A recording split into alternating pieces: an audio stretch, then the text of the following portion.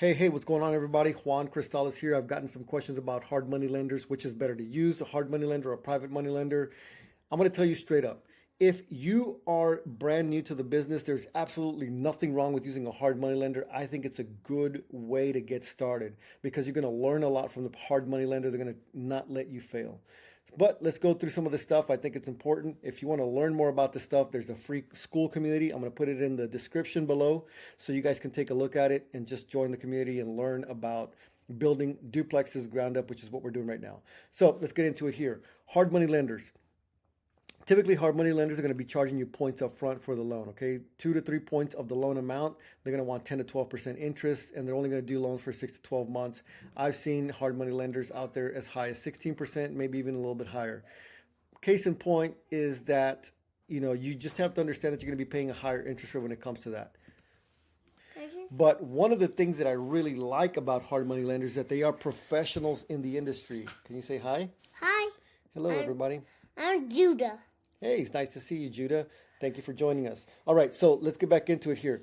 I like hard money lenders because they are definitely professionals in the industry and they're going to give you their expert advice. Hard money lenders see deals every single day, every single week, every single month. They're cycling through different transactions and they have their pulse on what's Dad? going on.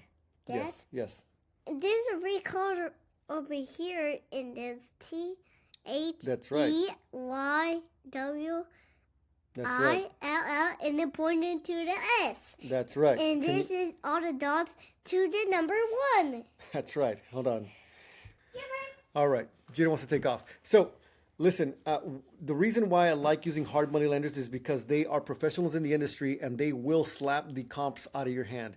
If you bring some comps or some sold comparables that don't match what you're trying to do, they're going to tell you that that's not workable. They're also going to slap the rehab numbers out of your hand. Again, these guys see a lot of transactions on a regular basis. They know the conditions of properties and they're going to know what it's genuinely going to cost to rehab or construct whatever it is that you're trying to do. So from that perspective, I really like hard money lenders because they will be very brash, maybe not in a bad sense, but they're going to be very direct in telling you that your numbers are off, okay? Documentation of draw schedules and release of liens. Basically what this means is that, anytime that they do some sort of a draw schedule, they give you money for your construction project or whatever it is, some of them are going to want you to sign some sort of a release of lien. It's been my experience, not all of them do it, but it does add more complexity to it. So you can't just call up the lender and say, hey, I need another draw. Here's pictures of what I just did. They're going to have some sort of a process and you're going to need to fill out some paperwork to get that money. So let's move on to the next one here. Man, hard money lenders will not have any hesitation to take the house back. Take the house back from a shaky borrower.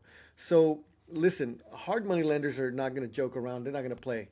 If you start messing up, say for example, it's been a couple of months and they haven't heard from you. They called you, they texted you, they emailed you, and they haven't gotten any updates.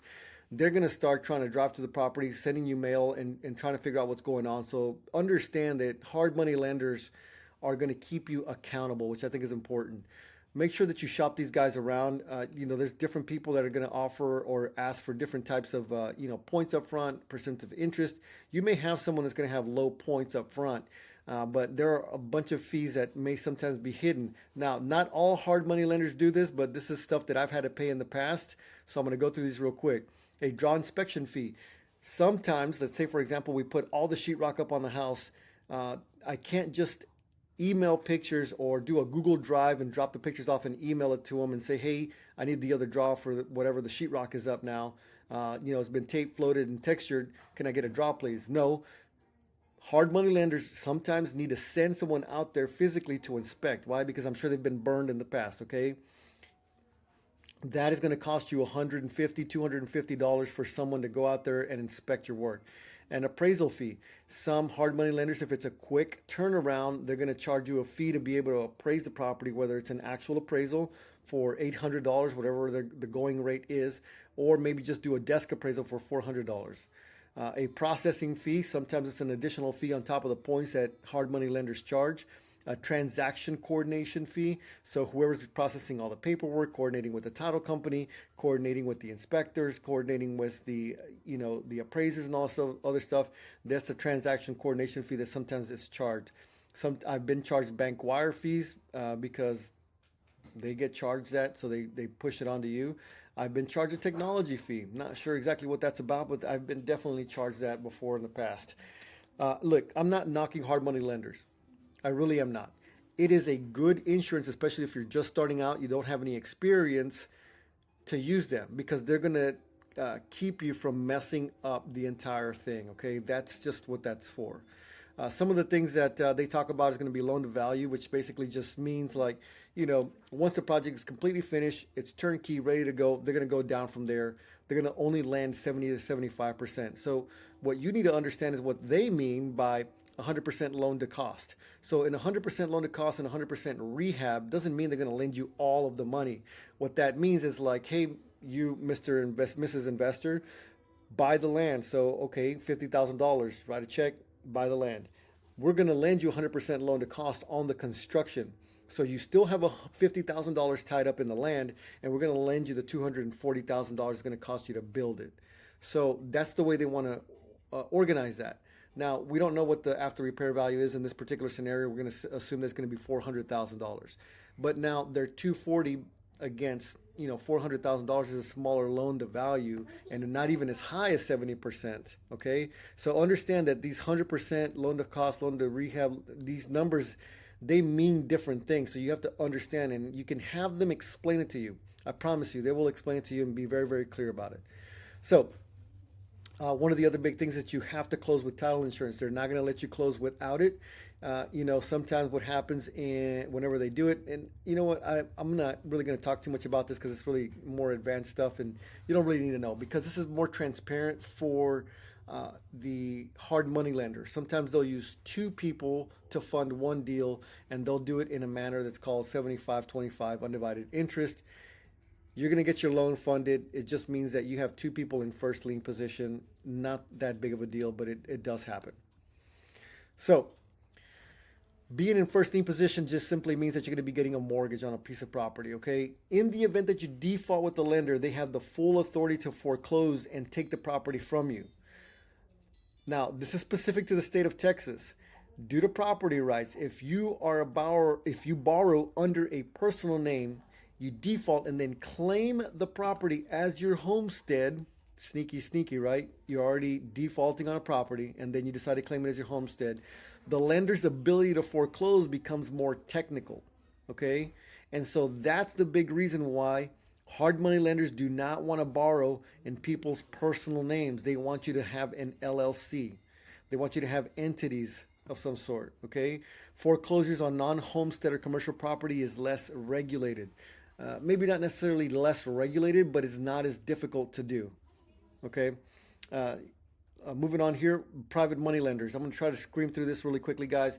But private money lenders operate in a very similar manner as hard money lenders. But even though they use the same metrics of like loan to value, 70%, 75%, and the terms of the note, they're cheaper sometimes, guys. But you really do need to know what you're doing. This is money that you're borrowing from people. If you're the type of person that's like, hey man, the deal went bad, sorry, I can't give you your money back, then you should not even be borrowing money from a hard money lender or a private money lender, or let alone borrowing money on a credit card. I think, people misunderstand this quite a bit. You have to give these people their money back at some way or another. It is cheaper, it allows you to be more creative, but you do have to have a lot of trust. Comes from personal relationships. You can do this with family, friends, business acquaintances. These are some of the people that I've personally borrowed from, doctors, lawyers, other real estate investors, other business owners. You have to grow your network. People tell me all the time, well, I don't know anybody who's got money. But, here's the one story that I tell people all the time. This lady from my church asked me about, the houses and all this other stuff. And I started talking about it. I get energetic and excited about it, blah, blah, blah, talking about real estate. So she's like, oh my goodness, you should totally talk to the guy that I work for. I work in a doctor's office, and the doctor there, he's always talking real estate. He wants me to do something to help him out with it, blah, blah, blah. It's like, you guys need to meet. So we set up a lunchtime. I met this doctor, and to this day, this doctor is still a private money lender for me. We've done lots of deals together. I still talk to him. I see him all the time at the gym. He's a great guy. But that's exactly what I mean. Now, the lady who made the introduction, super great lady, She's super responsible, but it wasn't necessarily her. It was someone that she knew.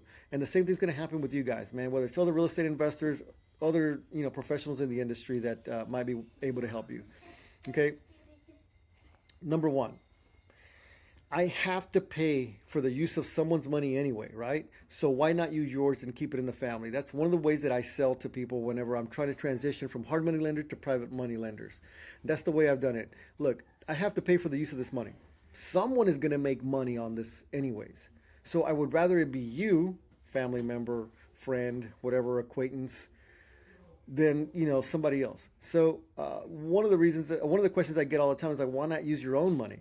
Well, it's very simple because it's very difficult to scale like that, especially when you're first starting out. You're limited, and I am limited to the amount of money that we personally have in the business. So maybe you can do 2 flips at one time, maybe 1 flip at one time. I don't know. I don't know your situation. But there's second and third order effects of not having that money at your disposal. You can't do any new marketing. You can't do any new deals. It's going to be feast or famine the way that works. If all your capital is tied up on a piece of real estate, you end up working on the house as a contractor. You go to Home Depot and Lowe's 5 or 6 times a day. It's super, super stressful, and it's a super waste of your brain power, especially if you're looking to be an entrepreneur and a real estate investor. I'm telling you, start with hard money lenders. It's okay. It's not that big of a deal. They're going to guide you along the way to make sure you don't mess this entire thing up. And over the course of time, you'll be better at using private money lenders. And that, my friends, is your 2 cents on doing this stuff. Listen, if you want to learn a little bit more about real estate investing, specifically building your own duplexes, look, it has gotten very difficult to find quality deals to fix and flip in this market. I know. I've done over 200 fix and flips and I'm done. I can't. It's hard to figure out what the profit is going to be at the end of it. And so I've discovered over the course of time that building duplexes is much more profitable for me. So that's what I'm going to keep doing. If you want to learn about that stuff, reach out to me. I have an ebook that I put together. If you guys are interested in that stuff, it's super, super cheap. Anyways, I look forward to seeing you guys. Thanks so much for watching. I'll talk to you soon.